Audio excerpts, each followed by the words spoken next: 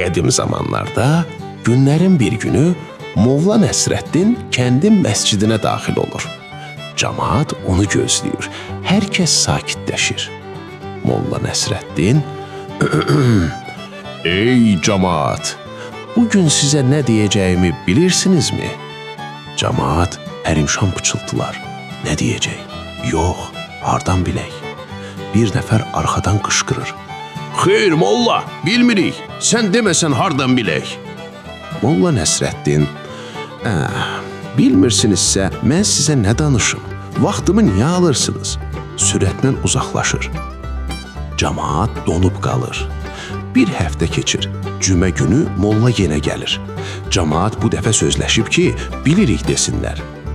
Molla Nəsrəddin, "Salam aleykum ey camaat.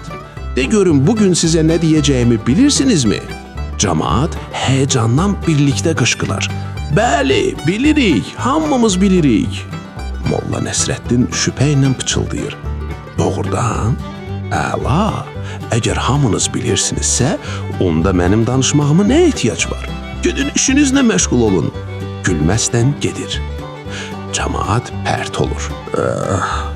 Qərara gəlirlər ki, gələn dəfə yarısı hə, yarısı yox desin. 3-cü həftə molla gəlir. "Ey möminlər, bugün nə deyəcəyimi bilirsinizmi?" Sol tərəfdəkilər qışqırır. "Bəli, bilirik." Sağ tərəfdəkilər, "Xeyr, bilmirik." Molla Nəsrəddin iydəş-gülməklə, "Aha, lap yaxşı. Onda qoy bilənlər bilməyənlərə başa salsın. Mən getdim palov yeməyə."